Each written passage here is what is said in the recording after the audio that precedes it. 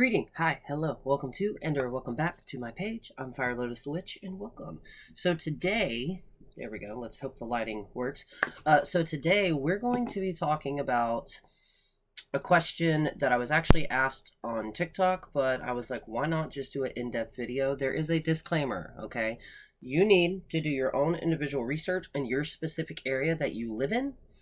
And that also involves weather, because today we're talking about weather wards. What are they? Do they work? Can they work? Yes, they can. So, for anybody who does not know, I like to experiment, magically speaking, and doing a bunch of things to kind of just see if it's even possible, right? And primarily what inspired this particular weather ward, or the idea of a weather ward, was there was a moment in time where I decided to bottle up hurricane water. Been doing it for the past like 5 years now, and I used it because hurricane water and or storm water can be very beneficial and extremely intense when it comes to cleansing yourself as a magical bath. But I learned the definition of fuck around and find out. So, small story time, and I've done it before. Basically, the day that I did this cleansing, it was Hurricane Durin water that I had collected from that hurricane. And I had done, my bath, and it was fucking intense. It's one of the most intense ones because so when you bottle hurricane or storm water, basically imagining like you are bottling the essence of that storm, right? So when I fully submerged myself, it literally sounded like, when you stick a shell up to your ear at the beach and you like hear the echoing of the beach roaring. It literally sounded like that, okay? So I was like, yes, I felt amazing. Get out, dry off, all that shit. I go about my day. Well, that night, around 3 a.m., almost on the fucking dot, all of a sudden, we get woke up to what sounded like a sonic boom going off.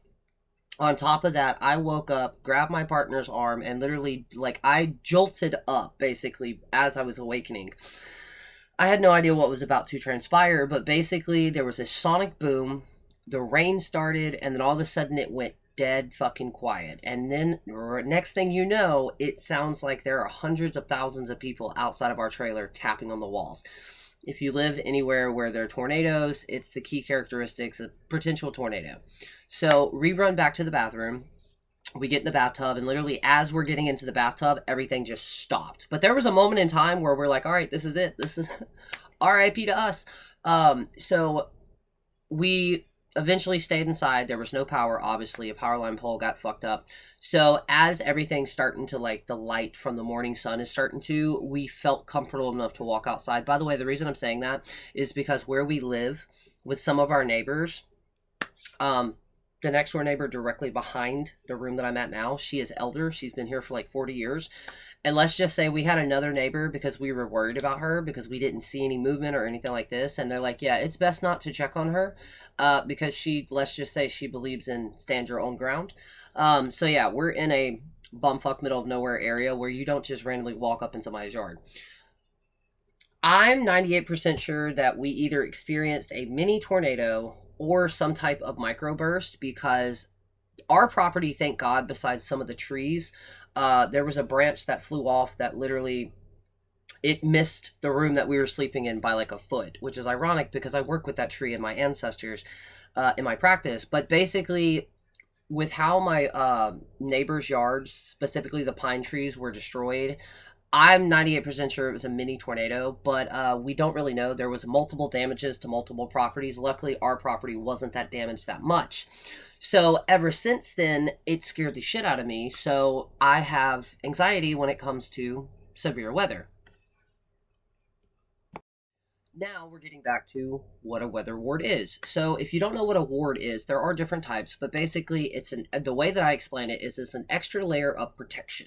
Specifically, think of it being like an electric fence, right? So if something or someone were to throw negative energy towards you, instead of it directly hitting you or hitting your property, it gets caught in that ward or it hits that ward, thus notifying you that somebody is trying to tamper around and or mess around with you.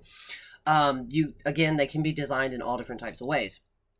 So I took that aspect and I'm like, okay, well, what if I ward off the weather? And or what if I ward off the severe weather? Now, again, this took a little bit of research of like the weather itself, lightning, rain, all of that. And I found me a spot in my yard and I went through my process. Am I sharing that process? Unfortunately, no. I'm sorry. But again, take this as inspiration. But again, there's a disclaimer. Please be careful because as you're about to hear, you can fuck it up. So when I first did it, everything was like great, right? And I was like, okay, this is good because I worked it as in we still get thunderstorms, we still get rain, lightning, but specifically the more severe weather, I basically made it to where it goes everywhere around us but us. Now, when I say us, it's just not my property. It's probably about I would say a 20 to 30 mile radius. And there are moments and times. Now, there is a mundane reasoning why that also may happen, specifically where I'm at in Florida. But we've literally watched these storms. Say there's I forgot what it's called, but a straight line storm that's rolling over the state. Once it gets to our area, it will literally just split and completely go around us in like this almost perfect circle. So I was like, okay, well, on top of that, there was this specific item that I was trying to manifest into my life and it just fell into my lap. So I was like, okay, I think this would be a great thing to kind of center the ward that I was working on. So I added it. That's where I fucked up, y'all. That's where I fucked up. And let's just say it involves iron. Right as I did that, we noticed that we were supposed to get rain because here in Florida, you don't necessarily have seasons as much as dry season and wet season. And trust me, depending on where you live in Florida, when wet season happens, if you loved Twilight, the whole Forks, Washington vibe, yeah, it basically certain areas of Florida turn into that with the wet season. And all of a sudden, we were getting to the point where, like, all the things that I had out in the garden and stuff like that, we were in a full-blown drought. There was shit dying everywhere. It desperately needed that thirsty energy. That's when I discovered, oh shit, wait. Since I added the new aspect of that ward, we're not getting any weather whatsoever. We're not getting any rain. And again, rain is crucial, right? Certain weather patterns are crucial to every environment, whether we see them as damaging or not. There's a lot that it helps out with. So I looked at my partner and I was like, I don't know what to do because I don't want to tweak it and then completely like throw it off and then it just makes things worse. So I was like, all right, I'll do this. I'll go out, I'll remove one specific thing, tweak that, and then I'll give an offering to the land spirits and the sky spirits to hopefully bring rain. That I also fucked up on. You can actually go on my TikTok and you'll have to scroll down, but I actually filmed it. I had a chalice that was recently sent to me and I poured some water into it. I walked outside, I connected with the energy, and I was like, hey, please bring us rain. And I poured it out, symbolizing rain, right? That was where I also fucked up. Because tell me why. We went from it not raining whatsoever to it rained almost 2 to 3 weeks straight. Obviously, we'd get like maybe an hour, 4 or 5 hour break, but it constantly rained and rained. So what did I have to do? I had to go back outside and tweak it again. And so far, knock on wood, it works. Again, we still get like thunderstorms roll through, but luckily for the most part so far, a lot of the severity of it has luckily blessing us by not, messing with our properties. Now, the very first time, and this was actually discovered accidentally, and before I say this is going to be very bold of me, but it was just a coincidence, and I don't believe in coincidences, okay? So there was a moment in time where we were supposed to get a direct hit from one of the hurricanes that was coming here, and we got worried because there was no other place for us to go. So we ran out to the store. And as we were coming back, I had to check our mailbox, and we have like a community mailbox at the very beginning of the main road that we live on. So I was like, you know what? I'm going to go ahead and throw a pentagram. Now, what I mean by throwing a pentacle or throwing a pentagram is actually carving one into the ground, but it wasn't a small one. It was a big, large one. And every movement that I made, I was basically just saying, hey, please protect this community. Please protect us. Shield us from any severity of these storms. And miraculously, coincidence or non-coincidence, it actually did. Like, it basically lost all power by the time that it got to the county that I'm in. And luckily, besides a couple of trees being, blown over, or trees that were basically on that verge, everything was great. So, and the reason I'm saying this and the reason I wanted to make this video is there have been other examples of why fucking with weather magic can be very unpredictable and very chaotic. Which is ironic because my first mentor, that was the very first thing they told me was like, before you cast your first circle, you need to make sure that you're not going to screw things up, because if you mess with the weather, you can cause a drought, you can cause the opposite of a drought, so forth and so on. Now, I have taken the idea of a weather ward and just shrink that a little bit, and I do a 7-day candle where I will create it using runes and sigils, technically a rune spell, and then a couple of sigils that I've created. And all it basically does is just kind of shield us from any wrongdoings. Is that always going to work? I don't know. I'm hoping and have faith in it that it will. So that's an idea that y'all can do as well. But working or trying to tweak weather, especially because global warming is already a thing, right? And back to the original point of, we've seen examples of this a few years ago when Australia was on fire and they were being devastated by wildfires. A bunch of witches, which I love the idea, they were like, hey, we can do something. We need to send them rain. No. Why? Because now you're having a bunch of witches from around the world summoning all of this energy and sending it to them. Not like, hey, we're going to send them a storm here, and then a storm there, and then a storm there. So basically, collectively, what happened, all of that energy summoned together, and they flooded massively. So there are safety ways, or there are ways that you can work with the natural area. Like in California, I made a video and I'm like, no, we do not need to have a repeat of Australia. Don't send them rain. It's going to flood. And specifically with California and the area that they were at, it's also going to cause massive mudslides. That's when a couple of people who are native to California, they're like, actually, don't send rain. We need wind going in a specific direction.